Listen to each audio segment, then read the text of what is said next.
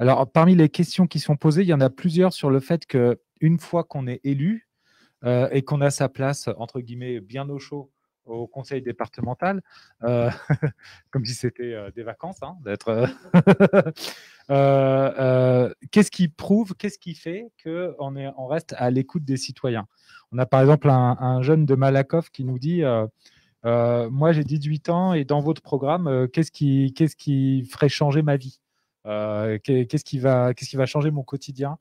Je suis assez sceptique sur le fait que vous avez des belles paroles et tout ça, mais concrètement, en tant que citoyen derrière, ça devient quoi?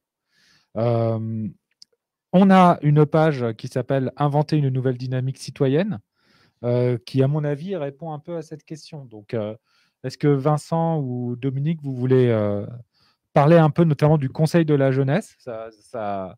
Je ne sais plus, on ne m'a pas dit quel était le prénom de ce jeune homme, ou du droit de saisine citoyenne.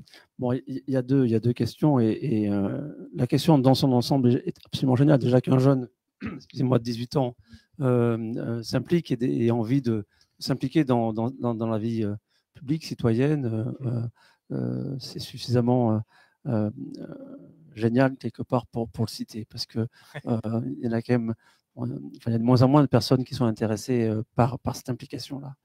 Alors après, c'est un jeune de 18 ans, il a la vie devant lui. Dans sa vie, il a une vie citoyenne, il a aussi une vie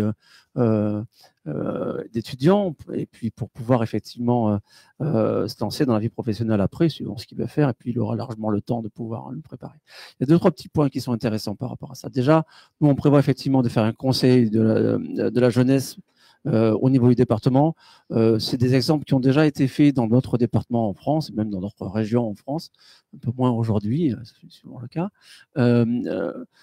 Et ça, c'est d'amener les jeunes au conseil départemental pour les faire travailler sur des compétences du département, pour qu'ils puissent effectivement s'impliquer dans cette décision politique et de les associer à ça. Évidemment, tout ça, derrière, on pourrait également venir permettre de travailler sur la proposition qu'on va faire d'avoir un budget participatif. On a à peu près chiffré ça à 5 millions d'euros pour que des projets d'intérêt collectif dans une démarche de développement durable puissent être lancés. Ben, les jeunes pourraient très bien être associés à cette décision-là et à ce budget participatif. C'est les deux premiers éléments pour lui répondre directement. Après, on a ce qu'on a proposé dans le projet autour du droit de saisine citoyenne. Je pense que vous avez compris que je suis très impliqué dans les questions européennes, et vous savez que le droit de saisine permet aujourd'hui au niveau européen de pouvoir saisir des instances. Mais ça serait la même idée, à une échelle évidemment bien moins grande, et sur des compétences du département, que les citoyens se réunissent pour interpeller le département et les faire travailler sur une thématique quelle qu'elle soit à déterminer suivant ce que eux veulent, pas nous, eux. Et donc tout ça, toutes ces différentes démarches qu'on aura proposées et qui sont proposées sur notre projet, ben ça fait effectivement, ça permet effectivement d'inventer ces nouveaux outils, quitte à en créer au fur et à mesure du mandat. Enfin, c'est pas quelque chose d'exclusif, encore une fois. Voilà. Et puis, il a 18 ans, il est sur une partie importante de sa vie, et on l'aborde sur d'autres points. J'en parlerai un peu plus tard parce que je veux absolument parler d'Erasmus. Donc, j'en parlerai après. C'est vrai. Voilà. Je dois parler d'Erasmus. Dominique, juste pour oui.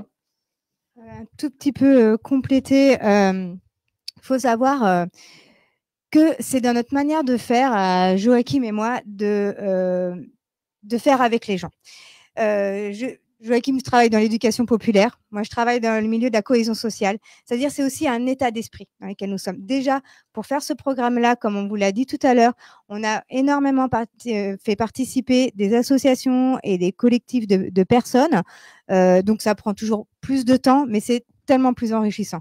C'est plus fatigant aussi, mais je le redis, tellement plus enrichissant. Et c'est comme ça qu'on fait, on croit en l'intelligence collective, c'est notre manière de travailler, en fait. Il faut bien, c'est notre manière de faire, en fait. C'est notre ADN. Et ça, c'est aussi en tant qu'élu, c'est aussi comme ça qu'on fera notre mandat d'élu, en faisant des allers-retours avec les gens. Comme je disais tout à l'heure, il s'agit de partir du besoin des gens. Ce n'est pas d'imposer aux gens, ça ne marche pas. Ça ne marche pas. Et en plus, moi, c'est pas comme ça que je veux faire de la politique. Voilà, c'est bien avec les gens. Merci.